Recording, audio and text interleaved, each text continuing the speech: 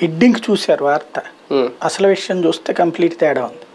CM Jagan ఫ్లెక్సీలు దించింది జగన్ మీద కోపంతో కాదు. అక్కడ ఆ గుమ్మనూరు జయరాం వాళ్ళ కొడుకు వీళ్ళందరూ కలిసి ఒక కార్యక్రమం పెట్టారు. అక్కడే వీళ్ళ అంటే వీళ్ళ పార్టీలోనే ఉన్నటువంటి ఇంకొక స్థానిక సంస్థ నాయకుడు ఫ్లెక్సీలు పెట్టాడు. అతను పెట్టడం ఇష్టం లేక అతను పెట్టిన ఫ్లెక్సీలు దించేశారు. అంతే తప్పించి అది జగన్ మీద కోపంతో జగన్ తనకి టికెట్లు ఇవ్వట్లేదని చించేయలేదు. అది పెట్టారు, వార్తలో ఇది రాశారు. జగన్ మీద కోపంతో వాళ్ళు రోడ్డు ఎక్కితే అది ఒక ఆస్పెక్ట్ ఉండొచ్చు, అది కూడా తప్పేం లేదు. కానీ ఈ ఇష్యూలో అది గుమ్మనూరు జయరాం. అట్లాగే చెలుబోయిన వేణుగోపాలకృష్ణ జగన్నే మళ్ళా తనకు సంబంధించి లోకల్ గా ఉన్నటువంటి బోసుని గురించి మాట్లాడాడు.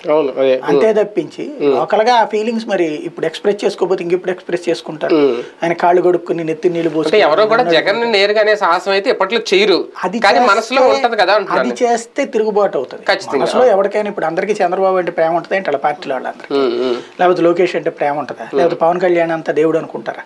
బయటికి అన్ని మాట్లాడతారు, లోపల ఎవరికాడికి ఉండేది ఏందిరా ఇది అనే లెక్కలు ఉంటుంటాయి. కాబట్టి అసంతృప్తి సహజంగా ఉంటది. అసలు మార్చేటప్పుడు ఎందుకు రాదు అసంతృప్తి?